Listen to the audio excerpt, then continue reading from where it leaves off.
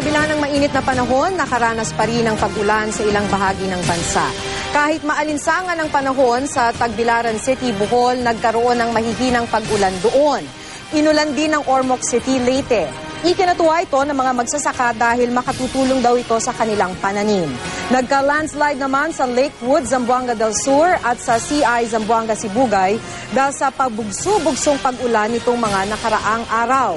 Wala namang naitalang nasaktan.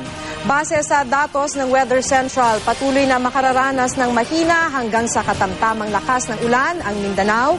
Ganon din ang inaasahang panahon sa Visayas. Pati na rin sa katimugang bahagi ng Luzon. Mababa naman ang posibilidad ng pag-ulan bukas sa Metro Manila. Pero posible namang magkaroon ng dagli ang pag-ulan sa mga susunod na araw. Ayon sa Pag-asa, umiiral pa rin kasi ang easterly sa katimugang bahagi ng Luzon at maging sa Visayas at Mindanao.